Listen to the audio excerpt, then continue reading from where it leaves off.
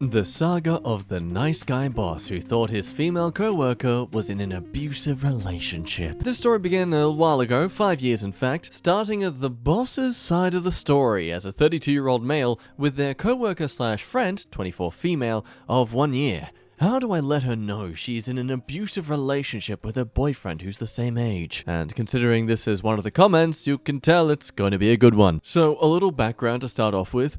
I work for a non-profit where I'm the supervisor of 10 people that work under me. Last fall, a young woman, let's call her Jennifer, started to work with us through an outside fellowship.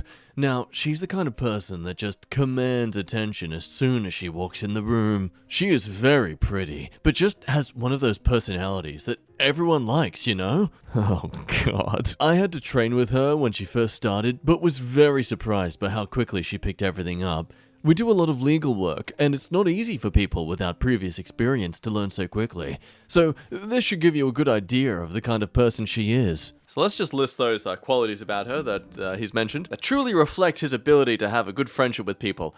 She's pretty, and she has a likable personality, and she does her job. 2 of those things are definitely about your own attraction towards her rather than just her as a person, aren't they? And look at that, he confesses it. I immediately took a liking to her because of her work, sure, but also how easy she was to talk to. During our training, I would say we became pretty close, so much so that I would text her outside of work about non-work related stuff. Also, she sends me Snapchats a lot, random stuff like shows she's watched like friends do. We even go to happy hour alone sometimes, and I think I am the closest to her at work. One time she even had lunch with my mom and I when my mom was visiting town. So she is someone I consider a very good friend and want the best for her. She didn't feel pressured to have lunch with your mom at all. No, it's not because you have, power over her that she felt compelled to impress you. Now, here's the problem. About 2 months into her working with us, I found out she has a boyfriend. To clarify, I do not have any romantic interest and do not care that she has a boyfriend. I really don't care that she has a boyfriend, but I feel a little manipulated that she never mentioned him before. I am supervisor, been training her for a few months. We have been talking about a lot of stuff, so it just comes off as hiding something. People who work in small offices will know what I'm talking about. It was a little hard for me to trust her after that, but I kept it to myself. She was still a great employee, and her having a boyfriend did not change anything, because apparently she has been with this guy for 5 years now. He doesn't live in the same city, and they barely see each other from what I understand. So, months go by and everything is going really well. So much so that I was even thinking about recommending her for a promotion. We became even closer during this time.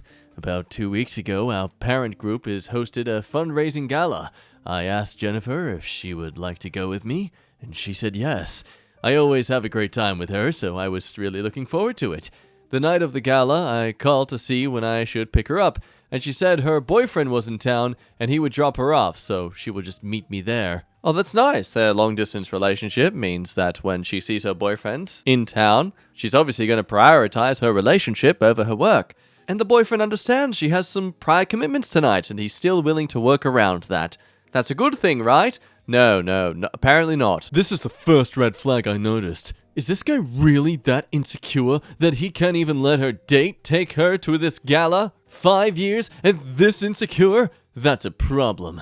But I just agree and say, okay, I will meet her there. I get to the gala and start to mingle. She eventually gets there, but I don't approach her. Honestly, still pretty bothered by what happened earlier, so I wanted her to come to me and apologize. She came up to me and we talked, but she never apologized for what she did, but I ignored it. Soon we were talking just like before and honestly really enjoying each other's company. Here's when I noticed the second red flag. Jennifer and I were talking to another couple when she excused herself because she had to take a call from her boyfriend. I thought it was pretty rude, and she has never done something like this before. A little later, she comes back and says that her boyfriend is picking her up and she will leave early. Third red flag. She was very much looking forward to this night, and suddenly she wants to leave early? You know when you can just tell someone isn't happy in their situation? Yeah, I definitely felt it right away. Yeah, my man, it was not because of the boyfriend, it was because of you. It's not fun to generalize a whole gender, but women can pick up when you are clearly into them. Especially when you're someone who thinks talking to their partner on the phone is a red flag. It's one thing if she was all shaken up and stuff, but clearly she just wanted to leave. Her boyfriend's in town. Why wouldn't you want to prioritize your good tight squeeze over, a work function you're only going to because your boss is, promising a promotion? A little while later, he gets there and I schmit you not. This idiot walked into the gala wearing shorts and a t-shirt. I almost wanted to laugh, but I didn't want to embarrass him. Jennifer introduces me to him, and I make pleasantries, but I do make a joke about how he must feel a little out of place. He says something like, "Nah, not really, he's sticking around, so not a big deal."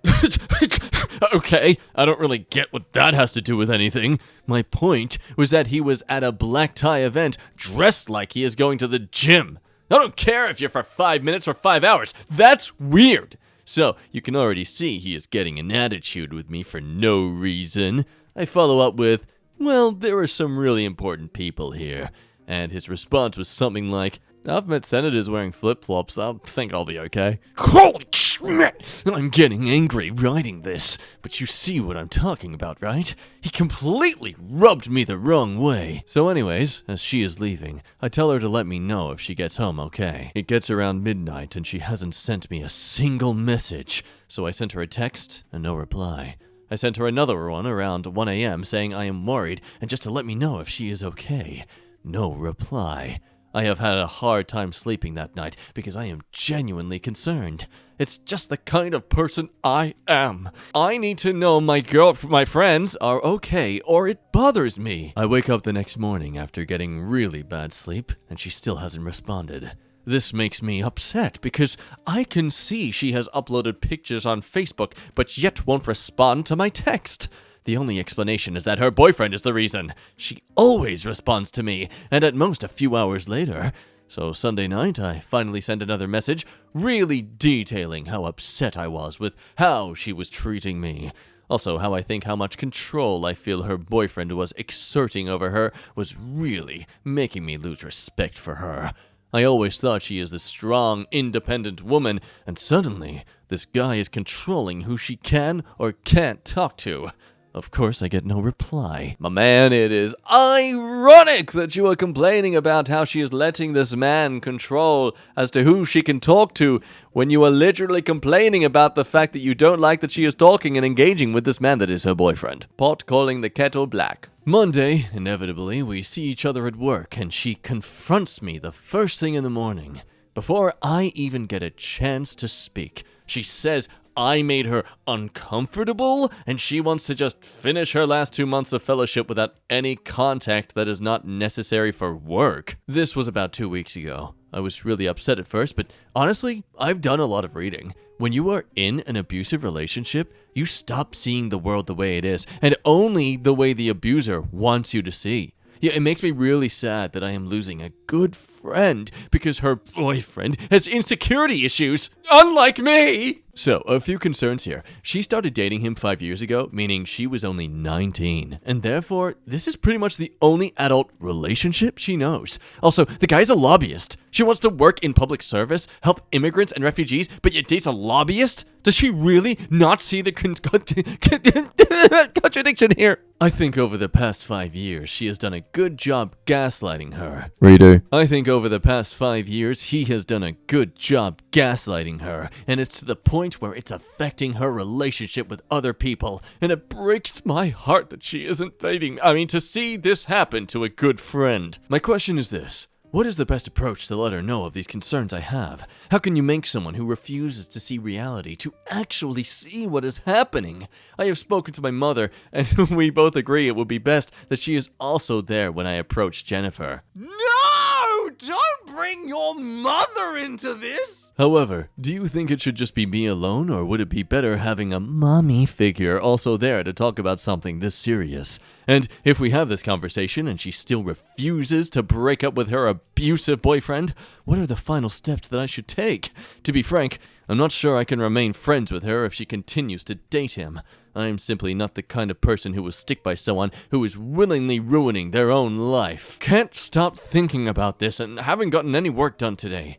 I really look forward to your suggestions and thank you all for your help. For any of you that are currently in an abusive relationship, get out before it's too late. Now here's the best thing. So, he posts the story. Obviously the comments absolutely roast this man for just being so blind to who he is. People literally dissecting his entire post to just expose the ridiculous donkeyness. Now, any sane human being would take this as a realization that, oh dang, I'm the a-hole here. I should fix myself. Wait, no, not like that.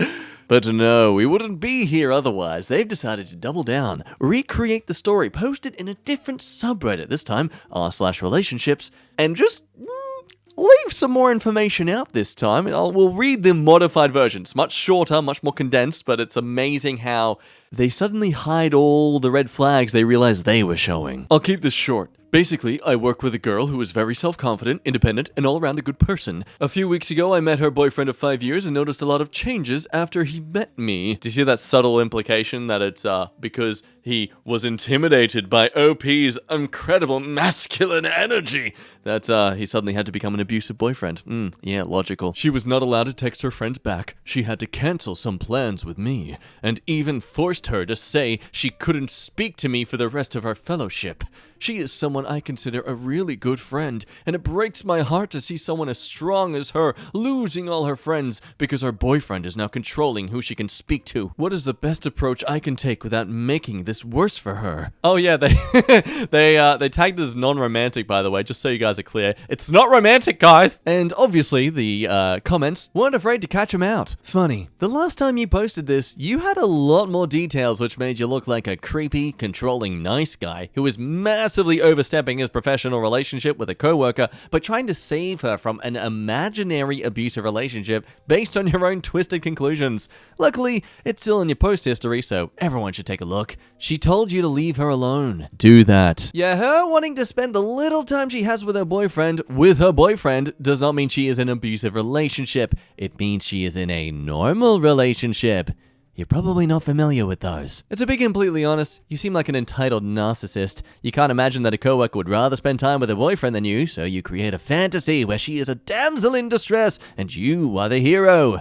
The only abusive relationship she is in is with you. And then we get the OP's reply to this, which is just a huge little ramble of them trying to backflip and backtrack on what they said in the previous post. So take that as you will. It's basically them just saying the same things in the first story, so we'll just move on. Now, on the same day of getting clapped back once again by the internet, your old bossy boy isn't done. He's resorted to seeing legal advice.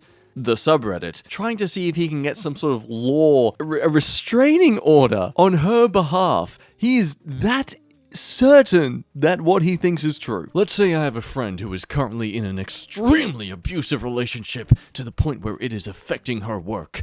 I am also her supervisor. Would it be possible for me to ask for a restraining order from her boyfriend? Let's say she is in such a bad state that she cannot ask herself, is being forced not to. But me, along with a few other people, see how bad it is and want to get her out. Therefore, if we have several people that can attest to this, could this make a difference? Like, can we make an argument that she has been abused so badly she cannot make the decision for herself? If this is not technically possible, what is my next best course of action? And you see people trying to just assure the man, just dude, step away, please. But it falls on deaf ears. Deaf ears. The tongue's important with that word. And so, like a latest strain of COVID, the supervisor jumps once again to another subreddit, just spreading his little phalanges all over the web subreddit. No longer wanting advice, clearly realizing that's a failed attempt, and instead having a little tantrum in a single paragraph. I tried to help you and you gave me a giant middle finger. Hope you enjoy the hell you got waiting for you in the future, but you probably think you're better off. This cracked me up. Just wait when you come running back and asking for forgiveness, and I will just laugh at you as I am doing now. Good luck, you terrible excuse for a human being. Oh, and frick you! One day later, he's back making another post. You care about refugees so much, right? You want to help immigrants? You like social justice and want to keep working in non-profits? Yeah, looks great in a fricking resume, doesn't it? How about you tell everyone that you're also a fricking lobbyist who raises money for the very people creating those problems to begin with?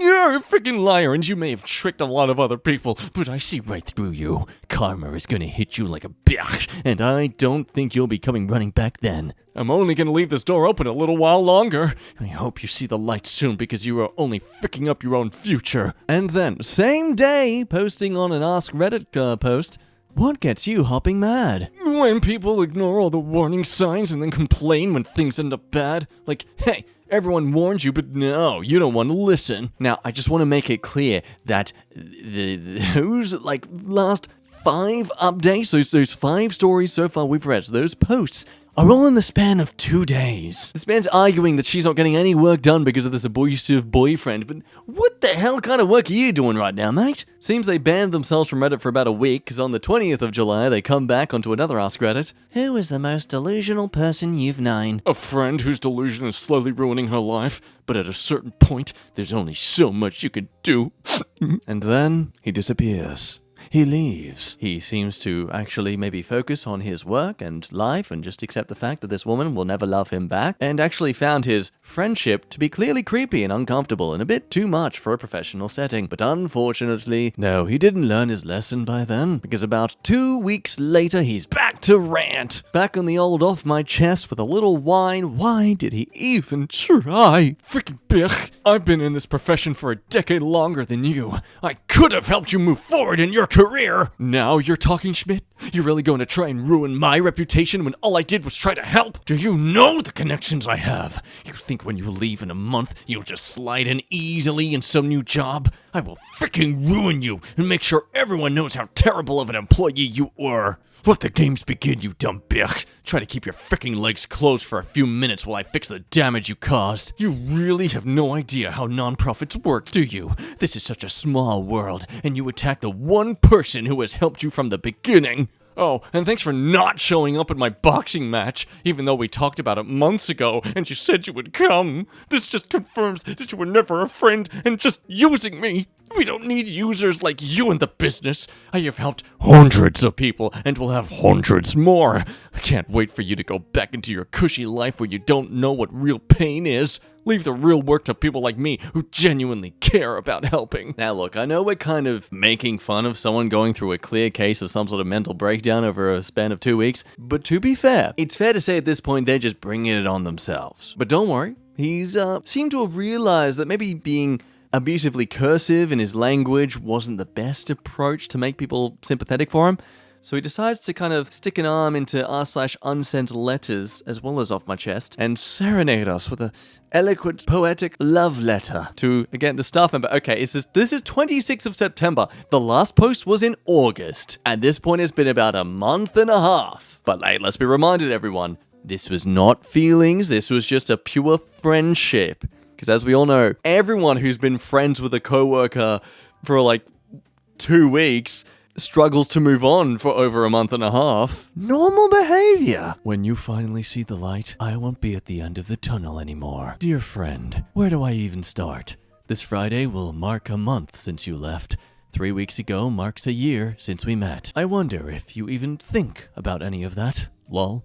Honestly, you probably do, but I know he wouldn't ever let you show it. Do you know that I haven't even had the strength to go on social media or Reddit for a while now? Bro, it's been about a month. No. It reminds me too much of the memes we shared on Snapchat, but I'm tired of holding back my happiness because you choose to be dense. I remember like yesterday when you first walked in, nervous, unsure, but beautiful nonetheless. Why did you have to resort to objectifying her attraction? Alright, Jack, now we need to be honest, man. You suck at this call center job. You clearly have no idea what you're doing, but you got a great ass, so you can stay. I immediately introduced myself. This is something I never do, as I have to maintain a role of authority. But something about you was different. Oh, well, I thought so anyways. I could see that just speaking to me changed your demeanor. I had an effect on you. You never really worked in an office before and didn't realize how cold it would be. I offered you my blazer and you were so thankful. It put a smile on my face, but it was also when I first noticed that we would become good friends. Man, how things changed, huh? Oh, to be honest, I probably never should have become such a good friend to you. There lies my biggest mistake. People always tell me I'm too trusting and friendly, and until now, I really didn't want to believe it, lol. But I took you under my wing. With my help, you picked things up so quickly, faster than anyone I saw in a decade of this business. You had a future in this. You were promising. See how I said had? Wordplay. I'm amazing, you're not. I still get a smile when I think about that meeting we had to present to Roger. You were so nervous, visibly shaking. Do you remember who gave you the encouraging words so you could go out there? Do you remember how delighted he was and all the compliments he gave you? You were ecstatic. You were made for this, and I was the one who showed you that you could do it. On our way back from the presentation, I took you to the halal food truck. I still can't believe you never tried it. But you loved it.